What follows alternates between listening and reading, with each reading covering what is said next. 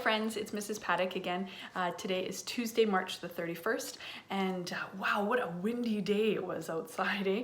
I don't know if you were, if you had a chance to get outside and play in the backyard, but boy, oh boy, the wind was sure blowing. It wasn't too bad, but the wind made it a little bit uncomfortable. I know we went for a walk around our block and my hair was just everywhere, so it was kind of crazy. But it was still nice to go outside and enjoy the sunshine and the fresh air. I have a story for us today, and it is called Curious George Rides a Bike. And I know a lot of you are riding your bikes as well. Some of you are still riding with training wheels. Some of you have learned to ride and you're just on the two wheels, and that's great. So keep it up, keep riding a bike out there and enjoying the beautiful weather as well. That's a great form of exercise. Mr. Catapodis would be happy to hear that you guys are riding your bike. So I'm going to read the story. Curious George Rides a Bike, and it's by H.A. Ray.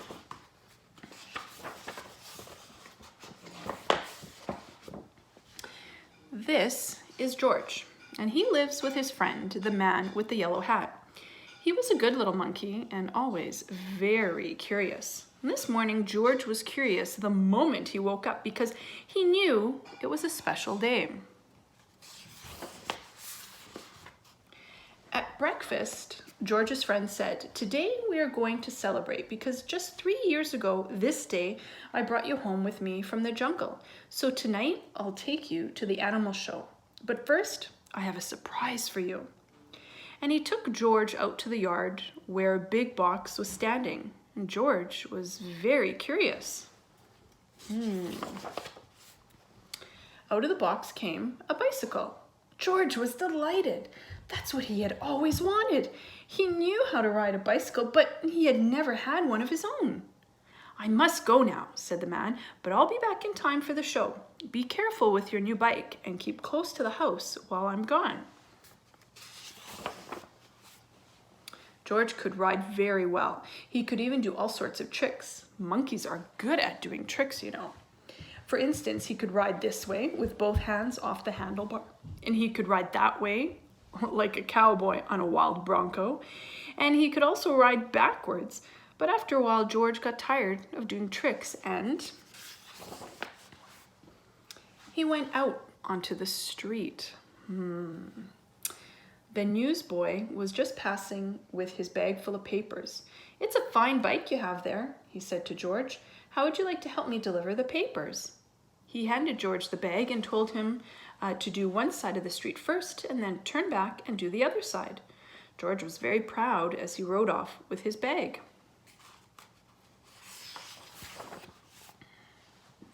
He started to deliver the papers on one side of the street, as he had been told, and when he came to the last house, he saw a little river in the distance. George was curious.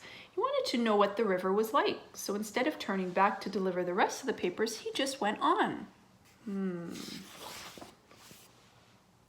There was a lot to see at the river. A man was fishing from the bridge.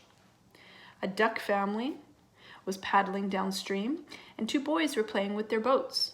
George would have liked to stop and look at the boats, but he was afraid the boys might find out that he had not delivered all the papers, so he rode on. While riding along, George kept thinking of boats all the time. It would be such fun to have a boat, but how could he get one? And he thought, and then he had an idea. He got off the bicycle and he took a newspaper out of the bag and he began to fold it.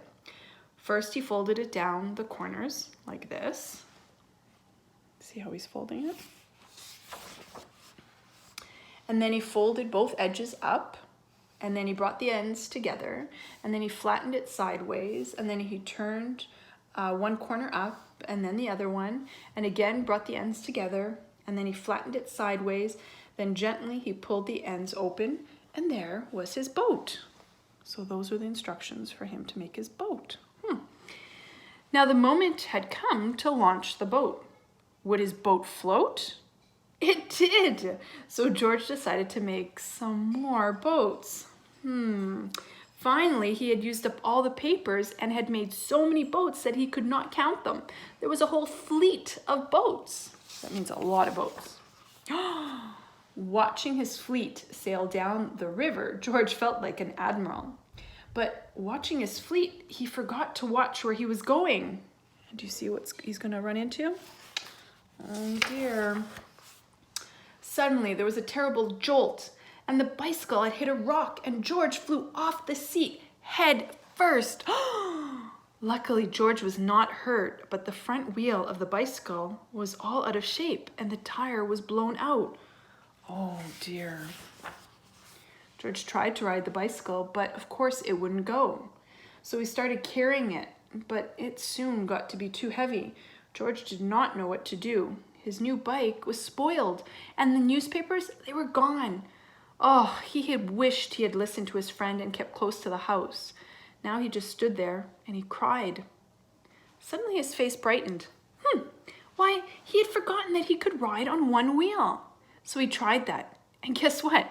It worked. He had hardly started out again when he saw something coming. He saw something he had never seen before.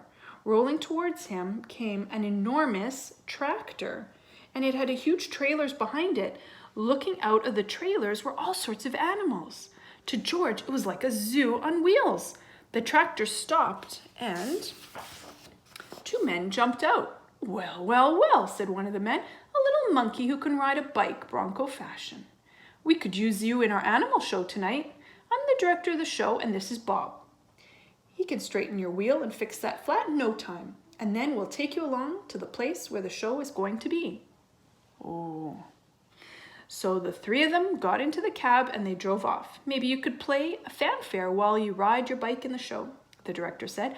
I have a bugle for you right here, and later on you'll get a green coat and a cap just like Bob's. On the show grounds, everybody was getting busy and things were getting ready for the show. I must do some work now, said the director. Meanwhile, you may have a look around and get acquainted with all the other animals, but you must not feed them, especially the ostrich, because he will eat anything and might even get sick afterwards. Oh. Well, you know George, he was curious. Would an ostrich really eat anything? He wouldn't eat a bugle, or would he? George went a little closer to the cage, and before he knew it, the ostrich had snatched the bugle, and he was trying to swallow it. But the bugle is hard to swallow, even for an ostrich, and it got stuck in his throat. Oh, funny sounds started to come out of the bugle as the ostrich was struggling with it, all blue in the face. George was frightened. Oh, silly George. Fortunately, the men had heard the noise and they came rushing to the cage and they got the bugle out of the ostrich's throat just in time. Phew. The director was very angry with George. We cannot use little monkeys who do not do as they are told, he said. Of course you cannot take part in the show now. We'll have to send you home. George had to sit on the bench all by himself and nobody even looked at him. He was terribly sorry for what he had done, but now it was too late. He had spoiled everything. Poor George. Meanwhile, the ostrich, always hungry, had got a hold of a string dangling near his cage. This happened to be the string which held the door to the cage of the baby bear. As the ostrich nibbled at the open door, the door opened, and the baby bear got out. He ran away as fast as he could, and he made a straight line for the high tree near the camp. Nobody had seen it but George, and George was not supposed to leave his bench. But this was an emergency, so he jumped up and he grabbed the bugle and he blew the bugle as loud as he could. And then he rushed to his bicycle. And the men had heard the alarm and thought at first that George had been naughty again. But when they saw the empty cage and the ostrich nibbling on the string, they knew what had happened. George raced toward the tree far ahead of the men. By now the bear had climbed quite high, and this was dangerous because little bears can climb up a tree easily, but coming down, well, it's much harder, you know. They might fall and they might get hurt, and the men were worried. They did not know how to get him down safely. But George had a plan. And with a bag over his shoulder, he went up the tree as fast as only a monkey can, and when he reached the baby bear, George put him into the bag and he carefully let him down so that the men could safely catch him. That was really smart thinking. Everybody cheered when George had come down from the tree. You are a brave little monkey, said the director. You saved the baby bear's life. Now you'll get your coat back, and of course you can ride your bike and play the bugle in the show. There you go. Finally, the show was on. The whole town had come to see it, and how surprised they were to discover George on his bike. There he is, right in the middle of it. The newsboy was there too, and also the man with the yellow hat. So there's the newsboy, and then of course there's the man with the yellow hat, who had been looking for George everywhere and was happy to have found him at last.